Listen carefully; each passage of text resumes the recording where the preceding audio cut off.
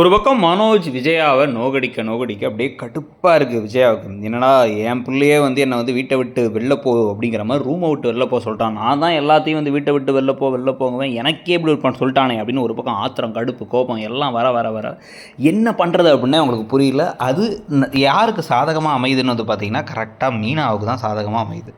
Meena and முத்து இவங்க 2 பேரும் மேலே வந்து ஒரு திடீர் பாசம் உண்டு. என்ன தான் நம்ம திட்டினாலும் எவ்வளோ மோசமாக பேசினாலும் நம்ம மேலே அக்கறையாக இருக்காங்க அப்படின்னு தோணுதா இல்லையா, மனசுக்குள்ளே வருதா, இல்லை இப்போதைக்கு வந்து இப்படி லைட்டாக தோணிட்டு அப்புறம் திடீர்னு வந்து மனோஜ் அண்ட் ரோகிணி பக்கமே தவிடுவாங்களா விஜயா அப்படிங்கிறத பார்க்கணும்.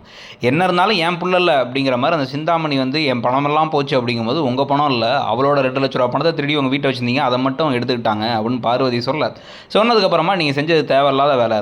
அந்த பிள்ளை ஏதோ அவரோட தொழிலை கெடுக்கிறேன். நீங்கள் கடைசியில் பார்த்தா வந்து அவளை வந்து கையில் அடிபடுற அளவுக்கு ஒரு விஷயத்தை செஞ்சுருக்கீங்க. பொண்டாட்டிகிட்டு வந்து நான் பணத்தை திருடிட்டு போனால் புருஷன் சும்மா இருப்பானா?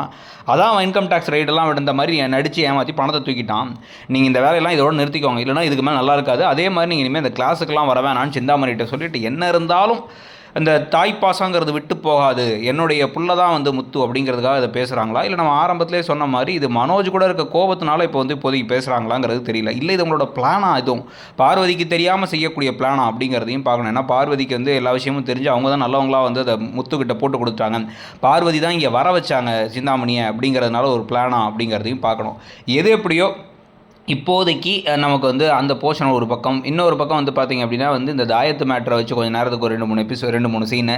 இது இல்லாமல் அந்த முருகன் வித்யா மூலமாக அந்த கதிர்கிட்ட வந்து 30 லட்ச ரூபா பணத்தை முத்துவும் மீனாவும் எப்படி திருப்பி மீட்டெடுத்து கொண்டு வந்து ஆளுக்கு 10 லட்சம் பிரிக்க போகிறாங்களா, இல்லை ரோகிணி இந்த உண்மையை தெரிஞ்சுட்டு சிட்டி மூலமாக பணத்தை ஃபுல்லாக அடித்து அவங்க வச்சுக்கலான்னு பார்க்க போகிறாங்களாங்கிறது தெரியல. இது இல்லாமல் அந்த பிஏ வசீகரனை ஏதோ கட்டி போட்டு ரூமுக்குள்ளே வச்சுருந்தாங்க, அவருக்கு அதை என்னங்கிறதே தெரியல. இப்போதைக்கு பணத்தை கொடுத்து ஏதோ வெளியூருக்குலாம் போயிட்டு வந்தாங்க, திருப்பி அதை வச்சு ஏதாச்சும் வந்து பிளாக்மெயில் பண்ணுற காட்சிகள்லாம் வரப்போகுது, இல்லை என்ன நடக்க போகுது அப்படின்னு பல கேள்விகள் இருக்குது. ஸோ இத்தனை கேள்விகளுக்கும் இடையில் இந்த சீரியல் எப்படி போகுதுன்னு நினைக்கிறீங்க? முன்னளவுக்கு இருக்கா இல்லையா? அந்த சீரியல் என்ன எதிர்பார்க்குறீங்க? இப்போ வர சீரியல்கள்லேயே உங்களுக்கு எந்த சீரியல் ரொம்ப பிடிச்சிருக்கு, பார்க்குறதுக்கு நல்லா இருக்குது, இன்ட்ரெஸ்டிங்காகவும் போகுது அப்படின்னு நினைக்கிறீங்க? எந்த சீரியல் சுத்தமாக ஒத்து வரல, முடிச்சு விட்டுலாம்னு நினைக்கிறீங்க அப்படிங்கிறதையும் கமெண்ட் செக்ஷனில் சொல்லுங்கள். தேங்க்யூ.